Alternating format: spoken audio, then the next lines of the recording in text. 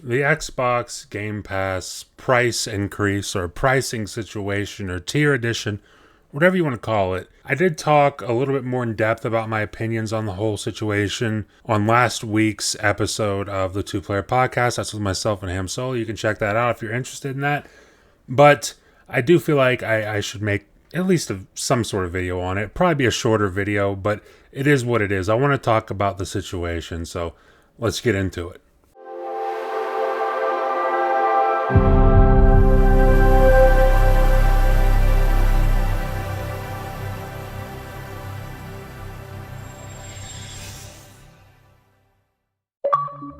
All right, so we're over here on Twitter. We got this tweet here from Clobro kind of detailing the Xbox Game Pass changes.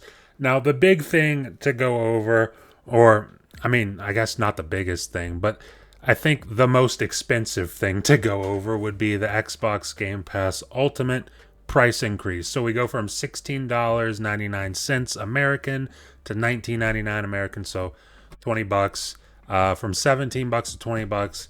For me personally, just to give my quick take on that, this doesn't surprise me. I'm not shocked by this. I'll say that. I feel like we all kind of expected a price hike was coming.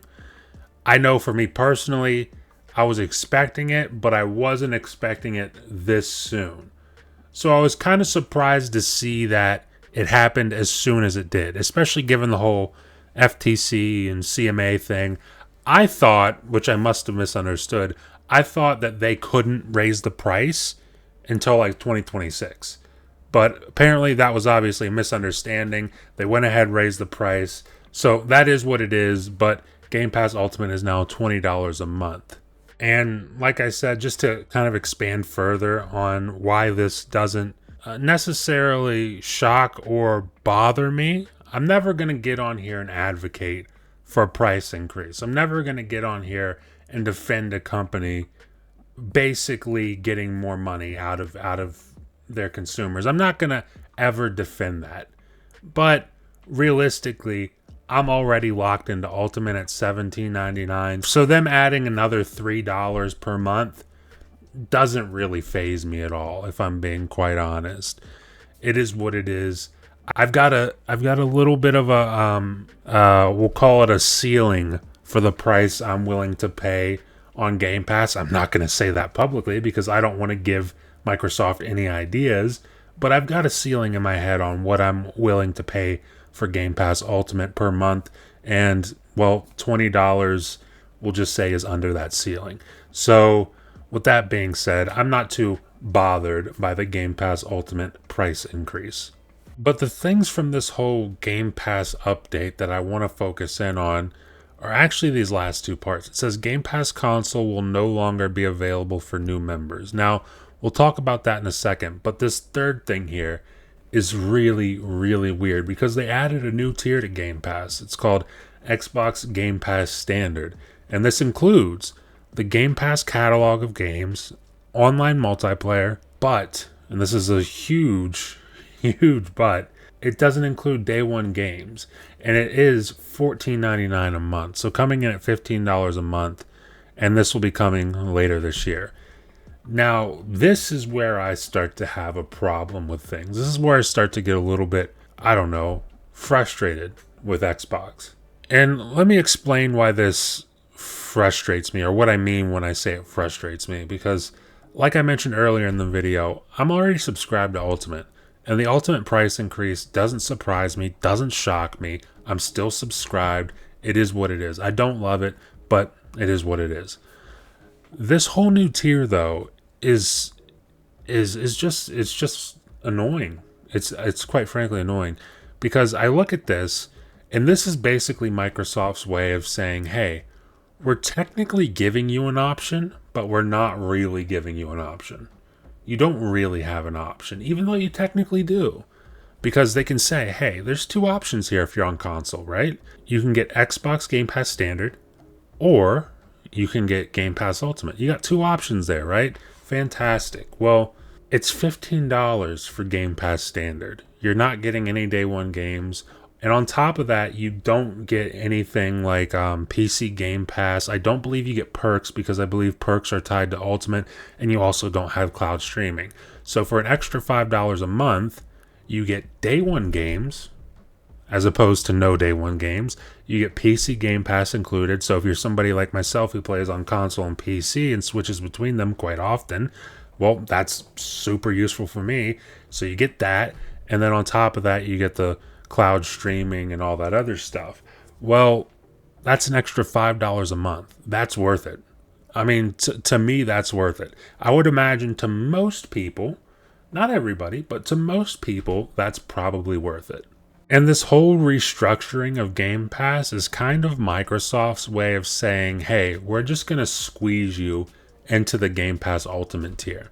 We're going to squeeze you into that $20 a month, pretty much, if you're a new user. Because it is important to note that that second point, if you're an existing user of Game Pass for console, your subscription will not change.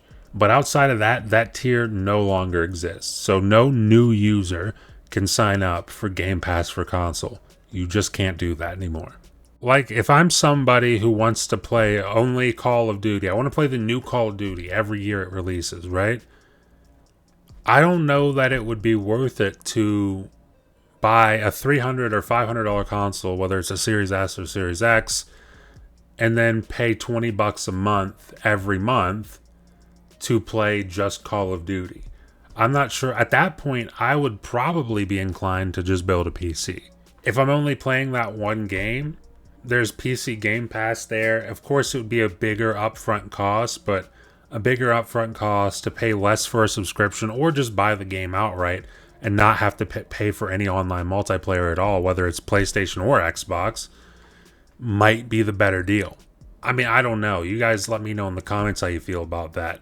But it just kind of feels like Microsoft is banking on consumers like myself. If you're someone who's only interested in just Call of Duty every year, well then maybe Xbox doesn't really want you there. But if you're someone like myself, well, I mean, I'm super interested in like most things they're making right now. You got Doom coming in 2025. You got stuff like Fable, Perfect Dark, Avowed coming this year, Indiana Jones coming this year. We just got Hellblade a little while ago. We got Starfield last year, Elder Scrolls 6 when that comes. Like, I can't wait for all of these games.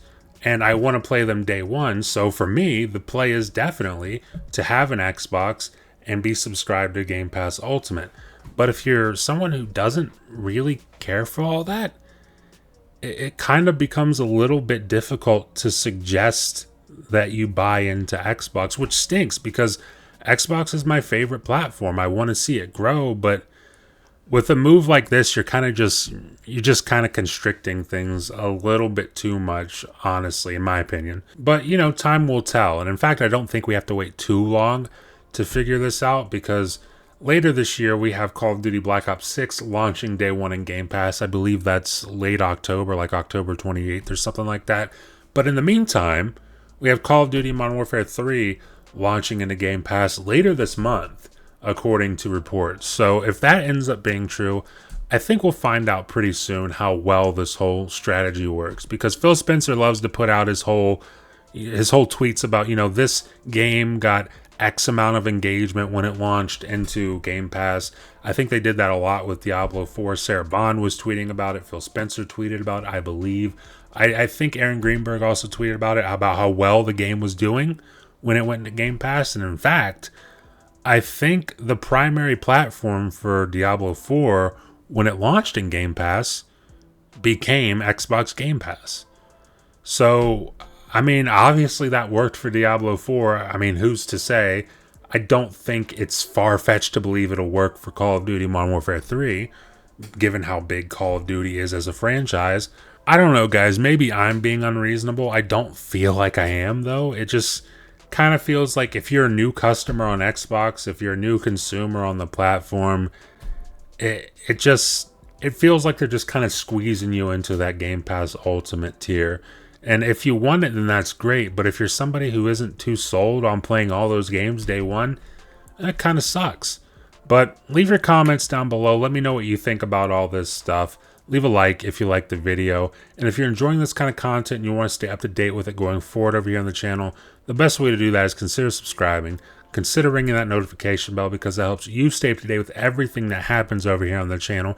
And it helps promote me, and the algorithm helps push the videos out to way more people. And I always appreciate that.